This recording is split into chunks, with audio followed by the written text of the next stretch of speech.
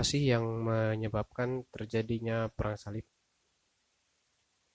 Mungkin sebagian kita tahu bahwa terjadinya itu karena pertempuran Manzikert dan kalahnya Bizantium terhadap kerajaan Seljuk. Tapi kalau kita mundur lebih awal ke masa-masa dinasti Umayyah, itu di mana Islam sedang jaya-jayanya, dari segi militer pun kuat, dia itu bisa ekspansi ke Eropa, bahkan hampir ke kota Paris.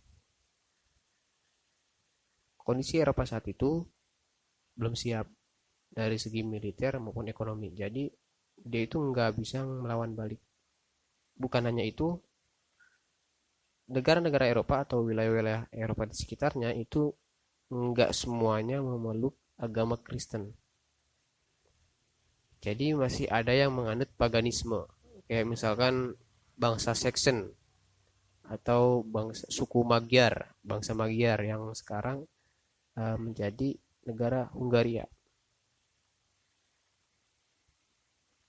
Saking besarnya kekuatan Islam saat itu dari segi militer, dia bisa menguasai laut Mediterania.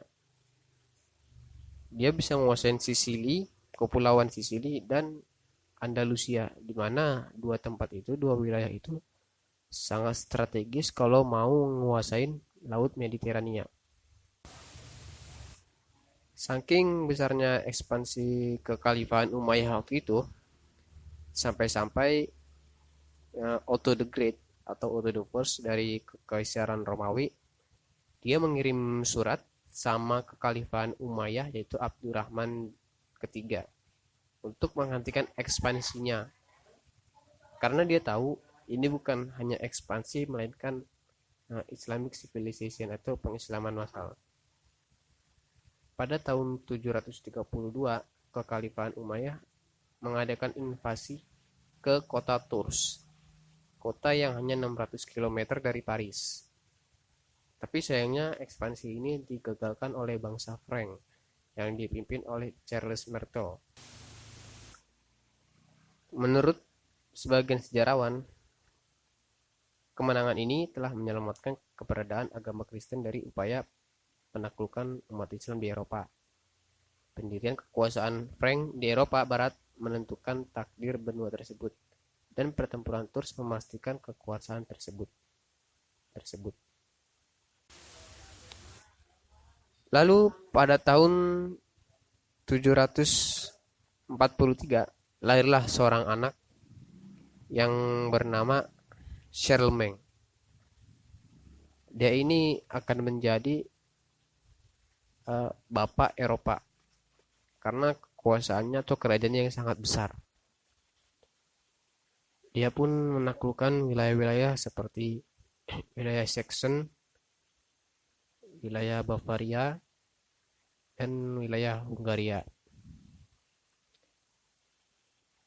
Bukan hanya menaklukkan, dia pun mendirikan sekolah-sekolah, sampai-sampai ini disebut Renaissance Carolingia. Setelah menaklukkan, Raja Charlemagne dia mengkonvertkan bangsa Saxon dan Magyar itu ke dalam Kristen. Tapi bangsa bangsa Islam dia tidak mau tuh, tidak mau convert. Terjadilah yang namanya itu penaklukan ulang atau pembalasan yang disebut Reconquista, baik di Spanyol maupun di Sicily. Kalau di Sicily, bangsa Normandi itu dia menaklukkan Italia sekaligus kepulauan Sicily.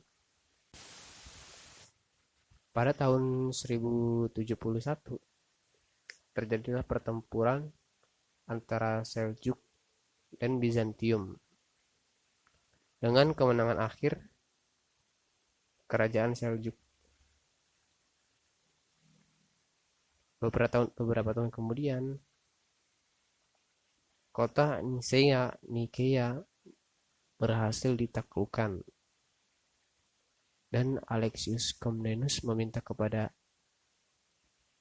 Paus Urbanus untuk meminta bantuan ke Romawi Barat melakukan ekspansi ke wilayah Muslim.